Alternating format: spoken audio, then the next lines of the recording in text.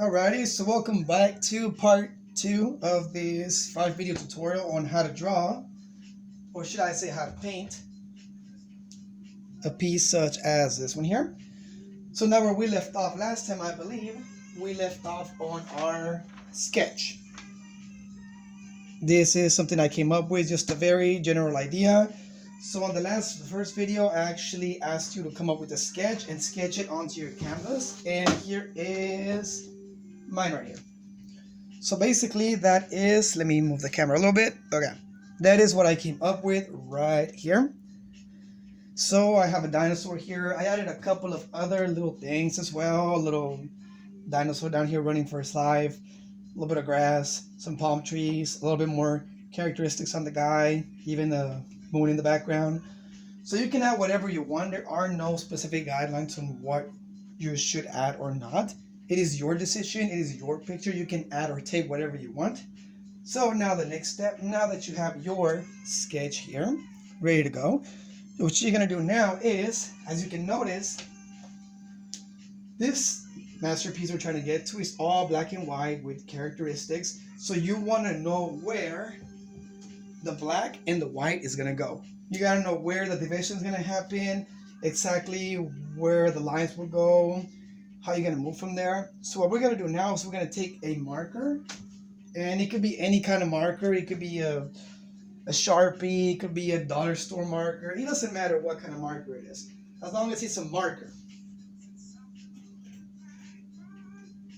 It can be thin, it can be thick, but I would prefer to use something like this, a little Sharpie. So the reason why you want a marker is because you want your lines to stand out. And you're going to see that later when you go over the white layers that are going to go on top of this picture, that you want to be able to see where the lines are at. If you don't know where the lines are at, you won't be able to come back with the black and give it all the details you want. So what we're going to do is we're going to go ahead and take our picture. Let me see if the camera is good right there. Okay.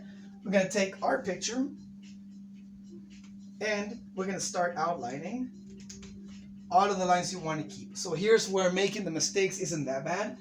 So I'm going to go ahead and outline the eye here.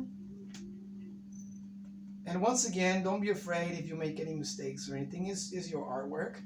You can add or take. No problem with that. But as you can see, the line is very strong. Very nice. So when you give it those layers of white over it, you should be able to see it. It's going to be pretty good. So I'm going to go ahead and start outlining the rest of this Spinosaurus features. So I'm going to give it a good outlining. You can go over it a couple of times. You do want to avoid using some really thick markers. For example, this will give you a really good defined line, but if you use some of the flip chart, I believe that's what they're called, those type of markers are so thick that there will be very little room for error, and you don't want that because remember, mistakes happen, so you don't want to use those. So as you go in here, you can modify where you want your lines to go. They don't have to go exactly where they're at right now. You can modify them. There's, like I said, there's room for errors, so it's not a big deal. So here, as you can see, I'm adding an extra line where there wasn't one because I just realized I wanted to add the gums of my Spinosaurus as well. First, it was going to be a whole overall piece where the teeth were included in the face. But now I decided I want to add some gums to it. I want to give it that kind of feature, see how it would look.